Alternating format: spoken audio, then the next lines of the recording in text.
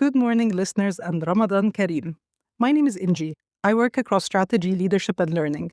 And over the years, I've moved between consulting, entrepreneurship, and large corporates, often sitting at the intersection of functions rather than inside just one. And this is Extra Shot, a podcast about small decisions that quietly compound into disproportionate impact. No dramatic moves, just sharper thinking. In the last episode, we talked about why generalists win in complex worlds. People who can move seamlessly across functions, languages, and mental models without getting stuck in one identity. Today is about what happens when you're inside one of those systems, wicked or otherwise. Because complexity doesn't just require range, it requires navigation. And one of the most underestimated skills in modern organizations is this: managing upwards. Not politically, not manipulatively, but intelligently. Early in our careers, we hear this myth: work hard, deliver results, be competent, and merit will take care of the rest. Most people only realize that this story is incomplete when something starts to feel off. You're doing good work, but you're not being heard. You're not being trusted with bigger scopes. You're not being positioned as strategic. Sometimes you're even told that you're not visible, which feels strange when you're working constantly. But here's what's actually happening. Organizations don't reward effort. They reward clarity, alignment, and risk management. And managing upwards is the skill that connects your performance to those three things. Because your manager doesn't experience your work the way you do, while you experience effort, nuance, trade-offs, invisible problem solving. They, on the other hand, experience signals, summaries, outcome, and second-order risk. That difference matters. Because when your thinking isn't visible, your impact shrinks. I learned that the hard way early in my career. I remember working on a project where I had done a lot of invisible heavy lifting, aligning stakeholders quietly, resolving issues before they escalated, thinking through second-order risks. The meeting came, I presented the outcome: concise, clean, impactful. Afterwards, someone senior said, "Ooh, that feels very straightforward. Glad it wasn't too complex for you." And I remember thinking, but it was complex. You just didn't see it. That was the moment I realized, if you don't narrate your thinking, people assume it wasn't there. From then on, I stopped just presenting conclusions. I started briefly walking through the logic, what we considered, what we ruled out, and why. Nothing too dramatic, but that small shift changed how I was perceived. Not louder, just clearer. And managing up is not about pleasing power. It's about reducing ambiguity. It's about making it easy for someone above you to trust your judgment, understand your logic, and defend your decisions in rooms that you're not in. So here's the practical upgrade. Instead of bringing one solution to the table, bring options with trade-offs.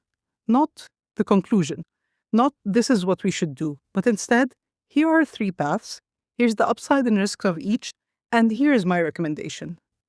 Now you're not just problem solving, you're calibrating risk.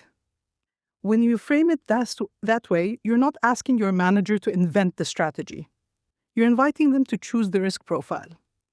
This signals maturity. Another small shift you could try is to ask alignment questions early, and not the vague kind, not "is this okay?" But instead, what does success look like from your perspective? Which risks matter the most here? How will this decision actually be made? That last question alone changes everything. Sometimes we go into a room and argue as if everyone has a vote, when they don't. Understanding the decision mode changes how you show up for it. When you understand that the leaders above you are optimizing for exposure and consequence, not for perfection, your communication automatically changes. You stop sending activity updates and instead start translating impact and risk. And the key is to do this without losing yourself, because this is where people hesitate. Many hear managing upwards and think, I have to soften my voice. I have to agree more. I have to become someone else, a yes man. But diplomacy is not self-erasure. The real distinction is this: are you adjusting your communication, or are you compromising your value? Because while one is growth, the other is resentment. There's a very helpful concept from the book The Crucial Conversations called the Fool's Choice. It describes the belief that you can either stay silent and preserve the relationship, or speak up and damage it. And this is a false binary. Because you can be clear and respectful. You can disagree and stay composed. You can name the risk without escalating emotion. Instead of just saying a blanket, this is not going to work, try instead to say, here are the 3 main risks I see. Here's what would need to be true for this to succeed. Here's how we could test that quickly. That's not resistance. That's partnership.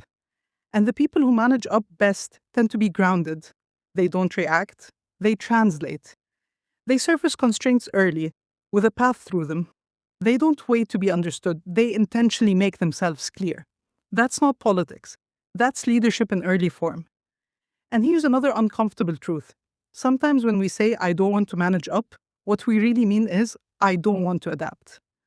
So you have to be very honest with yourself here, because adaptation isn't weakness, it's awareness. And different leaders optimize for different things. Speed, consensus, optics, details, long-term positioning. So if you don't read that landscape correctly, you'll misfire, even with the best ideas. So here's an exercise I'd like you to try over the next 2 weeks.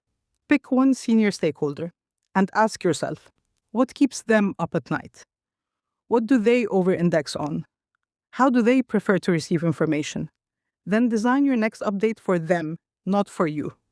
Same truth, much better packaging. That's managing up without shape-shifting into someone you don't recognize. So here's your extra shot question.